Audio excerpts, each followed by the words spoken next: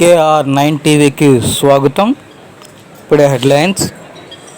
Loknath foundation ఆధ్వర్యంలో జనవరి 18న సాహితీ పురస్కార అవార్డులు ఇస్తారని లోక్నాథ్ ఫౌండేషన్ అధ్యక్షులు శ్రీ యార్లగడ్డ లక్ష్మీప్రసాద్ తెలియజేశారు. వివిధ సేవా రంగాల్లో పనిచేసిన వారికి ఇచ్చేటువంటి పురస్కారాలు ప్రతి సంవత్సరం నవంబర్ 24వ తేదీ నా పుట్టినరోజున అనౌన్స్ చేసి జనవరి 18 స్వర్గీయ ఎన్టీ రామారావు గారు, సుప్రసిద్ధ హిందీ కవి హరివంశరాయ బచ్చన్ గారుల యొక్క వర్ధంతి అయినటువంటి జనవరి 18వ తేదీన గత 20 సంవత్సరాలుగా విశాఖపట్నంలో నిర్వహిస్తున్నాం. అయితే ఈ సంవత్సరం ఈ నెల 22, 23, 24 తేదీలో ఖతార్, దోహా దేశంలో ఖతార్లో జరిగేటువంటి ప్రయత్నం చేయడానికి వచ్చాం.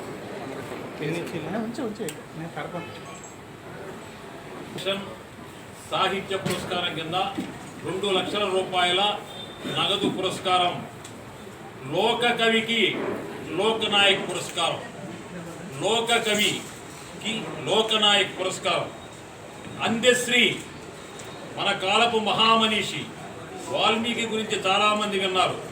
అక్షర జ్ఞానం రత్నాకరుడు అనే ఒక బోయవాడు సంస్కృతంలో రామాయణ మహాకావ్యాన్ని రచించి వాల్మీకి అయ్యాడని చదువుకున్నాం. మన కాలపు వాల్మీకి అందశ్రీ పాండిత్యం పండితుల కుటుంబాల్లో, ప్రతిభా పెట్టుదల కుటుంబాల్లో మాత్రమే పుట్టదని నిరూపించాడు. అసలు పేరు అందే ఎల్లయ్య. 1961 జూలై 18వ తేదీన వరంగల్ జిల్లా మద్దూరు మండలం 10 సంవత్సరాలు కూలీగా, 22 ఏళ్ళు తాపీ మేస్త్రిగా పనిచేశారు. చదువుకోలేదు, అక్షర జ్ఞానం రాదు, చదవటం రాదు. హైదరాబాద్ వచ్చి 5 ఏళ్ల పాటు కాలినడకనే నగరంలో తిరిగాడు. భార్య మెడలోని తాళిబొట్టు కూడా అమ్ముకోవలసిన దుర్భర పరిస్థితులు, తినటానికి ₹1 లేక ఆకలితో ఆత్మహత్య చేసుకుందామనుకున్నాడు.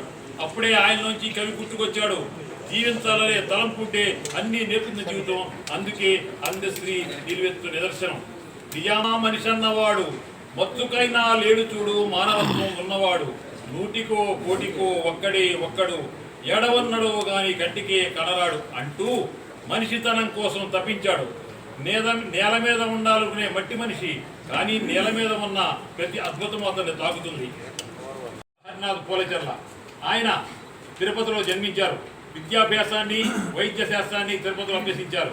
ఆయన నిర్వహించినటువంటి కార్యక్రమాలు, నిర్వహించిన పదవులు: ప్రెసిడెంట్ కొనైట్ neurology, Tirupati construction of aluminium building at Shri Venkateswara medical college, Tirupati, where he has studied medicine. Award and Sarojini Devi Award for National Integration were presented by State of Andhra Pradesh for his movie. ఎందుకు తీశాడు? ఒక doctor వైద్యుడు ఈ సినిమాలు ఎందుకు తీశాడు అంటే, వైద్య వృత్తే కాకుండా సమాజంలో ఉన్న రుగ్మతలు కూడా మన రూపుమాపనేటువంటి వైద్యుడిగా పనిచేయాలని సినిమాలు తీశాడు. ఇలా మాత్రమే తీసుకుని తీరిక లేకుండా అద్భుతమైనటువంటి వైద్యుడిగా ఉన్నటువంటి ఒక వ్యక్తి ఈ సమాజ రుగ్మతలు కూడా తీర్చిదిద్దాలని జీవన సాఫల్య పురస్కారం కింద ₹1,00,000 నగదు పురస్కారం ఇవ్వడం జరుగుతుంది. నా కుడి భుజం మా లోక్నాయక్ ఫౌండేషన్ ఆయన కార్యదర్శి అట్లూరి వెంకట లక్ష్మీ నరసింహారావు, AVL అంటారు. ఈయన మా యొక్క లోక్నాయక్ ఫౌండేషన్లో ఒక ట్రస్టీగా ఉన్నారు. AVL నరసింహారావు ఒక ట్రస్టీ ఆయన వస్తున్నారు. ఈ కార్యక్రమాన్ని మేము గత 20 సంవత్సరాలుగా నేర్పేది 21వ సంవత్సరం. గత సంవత్సరం ఎన్టీ రామారావు గారి 28వ పుణ్యతిథి వర్ధంతి అక్కినేని నాగేశ్వర శత జయంతి ఉత్సవాలను ప్రారంభించాం. డాక్టర్ చిరంజీవి గారు ముఖ్య అతిథిగా ఇచ్చేశారు. ఈ ఎన్టీ రామారావు గారి 29వ పుణ్యతిథి అక్కినేని నాగేశ్వరరావు గారి శత జయంతి ఉత్సవాల ముగింపు కార్యక్రమం కలిపి చేస్తున్నాం. దీనికి నల్లు ఇంద్రసేనారెడ్డి గారు ముఖ్య అతిథిగా, సుప్రసిద్ధ సినీ నటులు బ్రహ్మానందం గారు, సుప్రసిద్ధ నిర్మాత చలసాని అశ్వినిదత్ గారు, సుప్రసిద్ధ నిర్మాత దర్శకుడు YVS చౌదరి.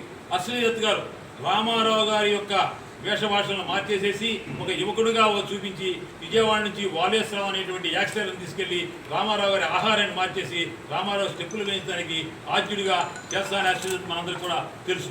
అదేవిధంగా దర్శకుడు YVS చౌదరి మీ అందరికీ తెలిస్తే వారు కూడా వస్తున్నారు. వీరితో పాటు ఈ కార్యక్రమాలకు చేరువోటు వాదోడుగా ఉంటూ స్వర్గస్థుడైనటువంటి మా మిత్రుడు గురుగాడ VSR మోహన్ రావు, స్వర్గీయ VSR మోహన్ రావు, గురుగాడలో రాయ్ దర్బార్ మోహన్ రావు అంటారు. వారి అబ్బాయి అమెరికాలో ఉంటున్నాడు, శశికాంత్ వల్లేపల్లి. ఆయన వారి తండ్రి గారి గుర్తుగా ఈ కార్యక్రమానికి అతిథిగా అమెరికా నుంచి ఇచ్చేస్తున్నారు.